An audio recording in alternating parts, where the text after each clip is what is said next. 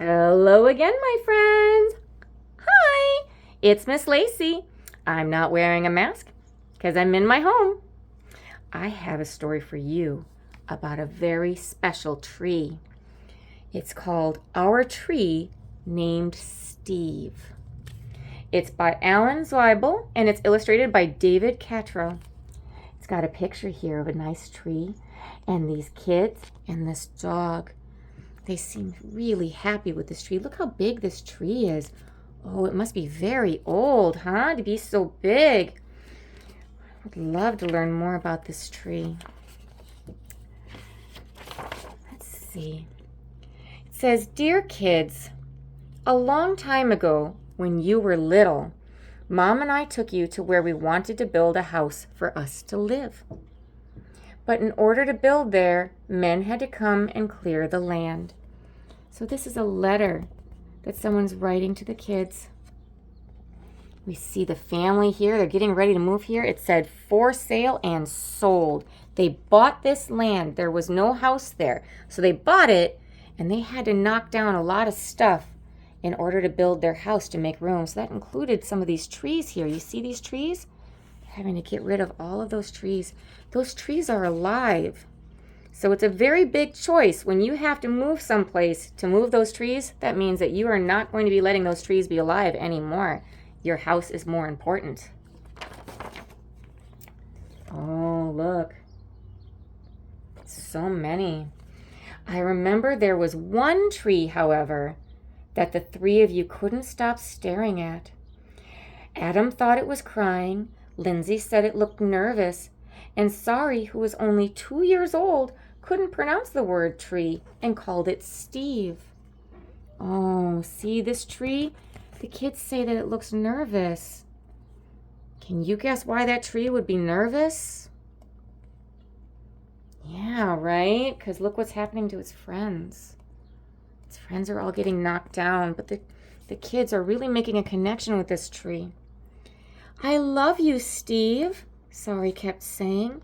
And then Adam and Lindsay started saying it, and before too long, Mom and I got the hint and asked the builder to please save Steve. So little Sari there, she named this tree Steve. And they don't want Steve to get hurt. Steve is special to them. They've decided to keep Steve. The day we moved in, Steve was there to greet us. So they're neighbors. Oh, they must be so relieved to know that Steve is safe. Here they are bringing all the things in from the moving truck. He quickly worked his way into your lives as a swing holder.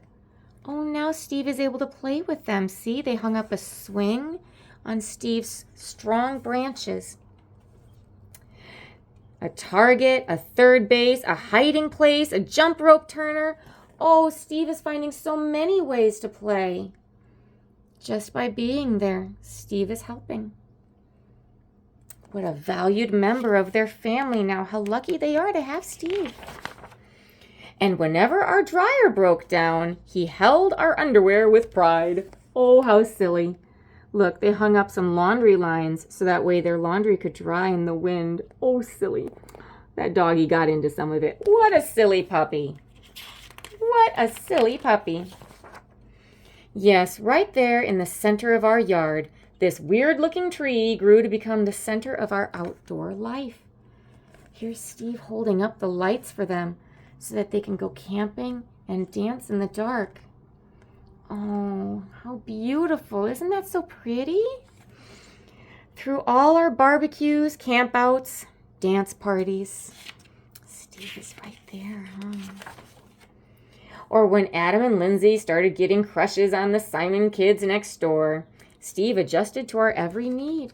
See, they're bringing over new friends and they're getting to know Steve too.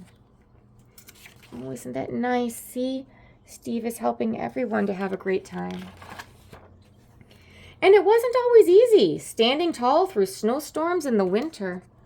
Oh, poor Steve. It must be so cold. But thank goodness he's so strong because look, he's able to give shelter to these animals. Or when Uncle Chester napped in the hammock, it couldn't have possibly have been fun. Not to mention the time the sewer overflowed and Steve sucked up all the smelly water before it drowned Kirby. Oh, bless. Poor Kirby. Poor Kirby is stuck up there, but Steve, he helped. He used his powerful roots to drink up all of the smelly water. Thank you, Steve. What a helper. What a good member of the family. He's working hard. Then he got so sick himself that the tree doctor had to give Steve a haircut that made him look like a big thumb. Oh, gee.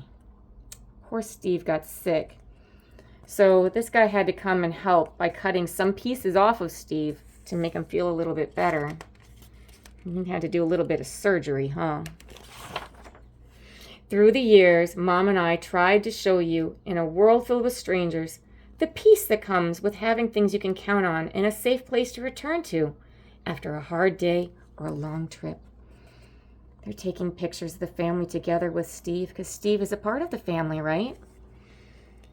Which brings me to the point of this letter. Last week, a storm hit our area. Oh no. A storm came. And though we spared Steve's life a long time ago, this time we couldn't save him. Oh, Steve. Steve got hurt.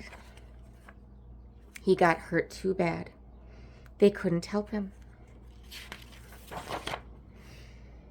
Are you sad? We are. But even in his final moments, when he could have fallen on our house, Sorry Swings, Kirby's house, or Mom's garden, Steve performed his last trick, and he protected all of us to the very end. And friends like this are hard to find.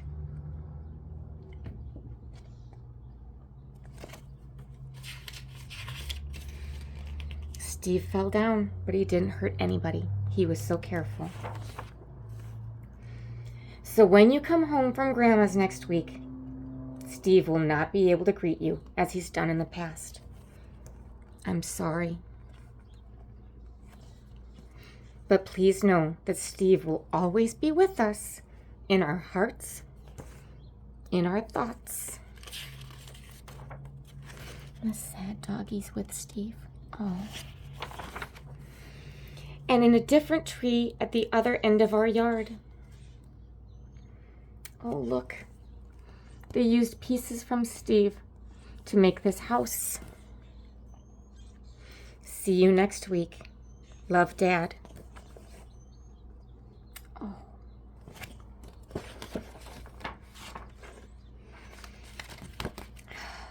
That's a sad story, isn't it?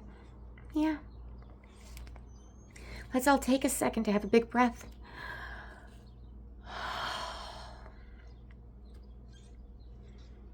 Death is hard. We don't all live forever. Steve was their friend. He was their family member. And Steve died. And that's sad. We're allowed to be sad. It's hard when we lose somebody we love. It's hard. But thank goodness they have their memories and they have their family that they can lean on to help them through this hard time. I'm so thankful that I have you and I have Wayne.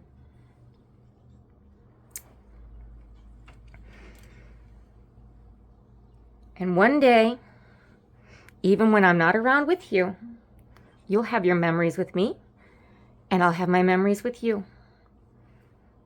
Because even though people that we love, things that we love, animals that we love, even though they eventually go, we always have our memories and all of our happy thoughts. The things that we loved will stay with us forever. That was a hard story. If you want to talk about it after we're done here, Miss Lacey's here for you. Anyway, that's the end of that one. Thank you so much for being such good listeners. Big breath in and out again. Let's give ourselves a hug. I'll talk to you guys again next time, okay? Bye-bye.